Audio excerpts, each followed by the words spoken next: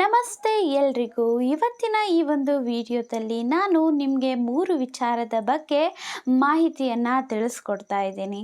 ಅದೇನು ಅಂತ ಅಂದರೆ, ಈ ಒಂದು ತಿಂಗಳಲ್ಲಿ ಯಾರ್ಯಾರಿಗೆಲ್ಲ ಡಬಲ್ ಪಿಂಚಣಿಯನ್ನು ಸಿಗ್ತಾ ಇದೆ ಅಂತ, ಮತ್ತು ಏಪ್ರಿಲ್ ಮತ್ತು ಮೇ ತಿಂಗಳ ಪಿಂಚಣಿ ಹಣ ಅನ್ನೋಂಥದ್ದು ಯಾರ್ಯಾರಿಗೆಲ್ಲ ಬಂದಿಲ್ಲ ಅಲ್ವಾ, ಅದರ ಒಂದು ವಿಚಾರದ ಬಗ್ಗೆ, ಮತ್ತು ಪಿಂಚಣಿ ಹಣ ನಿಮಗೆ ಬಾಕಿ ಉಳಿದಿದೆ ಅಂತಂದರೆ ಏನು ಮಾಡಿದ್ರೆ ಕಂಪಲ್ಸರಿಯಾಗಿ ನಿಮಗೆ ಪಿಂಚಣಿ ಹಣ ಅನ್ನುವಂಥದ್ದು ನಿಮ್ಮ ಅಕೌಂಟ್ಗೆ ಬಂದು ಜಮಾ ಆಗುತ್ತೆ. ಈ 3 ವಿಚಾರದ ಬಗ್ಗೆ ನಾನು ಕಂಪ್ಲೀಟಾಗಿ ಇನ್ಫಾರ್ಮೇಷನನ್ನು ಕೊಡ್ತೇನೆ. ಹಾಗಾಗಿ ಸಂಪೂರ್ಣವಾಗಿ ವಿಡಿಯೋನ ನೋಡಿ. ಅದಕ್ಕೂ ಮುಂಚೆ ನೀವೇನಾದರೂ ನಮ್ಮ ಚಾನಲ್ಗೆ ಇನ್ನೂ ಸಬ್ಸ್ಕ್ರೈಬ್ ಮಾಡ್ಕೊಂಡಿಲ್ಲ ಅಂತ ಅಂದರೆ ದಯವಿಟ್ಟು ಸಬ್ಸ್ಕ್ರೈಬ್ ಮಾಡಿಕೊಂಡು ನನಗೂ ಕೂಡ ಸಪೋರ್ಟ್ ಮಾಡಿ ಅಂತ ಹೇಳ್ತಾ ಒಂದು ಲೈಕ್ ಮಾಡಿ ಅಂತ ಹೇಳ್ತೇನೆ. ಇತ್ತೀಚೆಗಂತೂ ನಾವು ನೋಡಿದ್ದೀವಿ ರಾಜ್ಯ ಸರ್ಕಾರ ಯಾವ ರೀತಿಯಾಗಿ ಪಿಂಚಣಿ ಹಣವನ್ನು ಕೊಡ್ತಾ ಇದೆ ಅಂತ.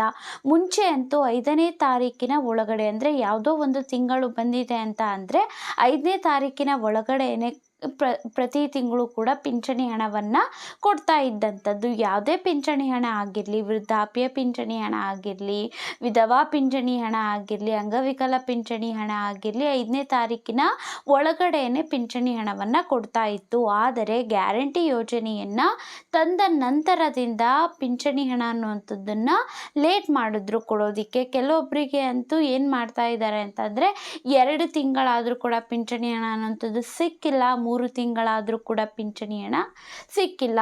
ಇನ್ನೂ ಒಂದಷ್ಟು ತಿಂಗಳ ಪಿಂಚಣಿ ಹಣ ಹೇಗೆ ಮಾಡಿರ್ತಾರೆ ಅಂದರೆ, ಒಂದಷ್ಟು ಜನಕ್ಕೆ ಪಿಂಚಣಿ ಹಣವನ್ನು ಜಮಾ ಮಾಡಿರ್ತಾರೆ, ಇನ್ನಷ್ಟು ಜನಕ್ಕೆ ಪಿಂಚಣಿ ಹಣವನ್ನು ಜಮಾ ಮಾಡಿರೋದಿಲ್ಲ. ಆ ರೀತಿಯಾಗಿ ಮಾಡ್ತಾ ಇರುವಂಥದ್ದು.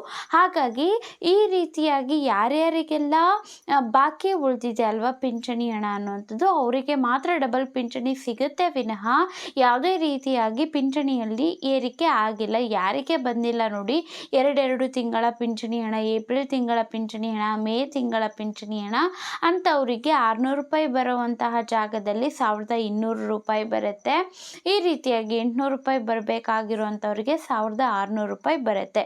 ಅಂದರೆ ಒಟ್ಟಿನಲ್ಲಿ ಡಬಲ್ ಆಗಿ ಬರೋವಂಥದ್ದು. ಯಾಕೆ ಅಂತಂದರೆ 2 ತಿಂಗಳದ್ದು ಬಾಕಿ ಇದೆ ಅಲ್ವಾ, ಈ ಒಂದು ಕಾರಣಕ್ಕಾಗಿ 2 ತಿಂಗಳ ಹಣ ಅನ್ನುವಂಥದ್ದು ಬರುವಂಥದ್ದು. ಸೊ ನಿಮಗೆ ಎಲ್ಲಿವರೆಗೂ ಕೂಡ ಬಂದಿದೆ ಹಣ ಅನ್ನುವಂಥದ್ದನ್ನು ಕೂಡ ತಿಳಿಸಿ. ಮತ್ತು ನಾನು ನಿಮಗೆ ಇನ್ನೊಂದು ವಿಚಾರನ ಹೇಳಿದೆ, ಅದು ಏನು ಅಂತ ಅಂದರೆ, ನಿಮಗೆ ಹಣ ಅನ್ನುವಂಥದ್ದು ಬಾಕಿ ಉಳಿತಾ ಇದೆ, ಪಿಂಚಣಿ ಹಣ ಅನ್ನುವಂಥದ್ದು ಅಂತ ಅಂದರೆ ನೀವು ಒಂದು ಕೆಲಸವನ್ನು ಕಡ್ಡಾಯವಾಗಿ ಮಾಡಲೇಬೇಕಾಗಿ ಇರುತ್ತೆ. ಆ ಕೆಲಸವನ್ನು ಮಾಡಿದಾಗ ನಿಮಗೆ ಹಣ ಅನ್ನುವಂಥದ್ದು, ಪಿಂಚಣಿ ಹಣ ಅನ್ನುವಂಥದ್ದು ಖಂಡಿತವಾಗ್ಲೂ ಬರುತ್ತೆ. ಏನು ಮಾಡ್ತಾ ಇದ್ದಾರೆ ಅಂತಂದರೆ, ಜಾಸ್ತಿ ಜನ ಮಾಡ್ತಿರುವಂತಹ ಮಿಸ್ಟೇಕ್ ಒಂದೇ ಆಗಿರುತ್ತೆ. ಅದು ಯಾವ ಮಿಸ್ಟೇಕ್ ಅಂತ ಅಂದರೆ, ಜೀವಿತ ಪ್ರಮಾಣ ಪತ್ರವನ್ನು ಸಬ್ಮಿಟ್ ಮಾಡ್ದಲೇ ಇರೋವಂಥದ್ದು.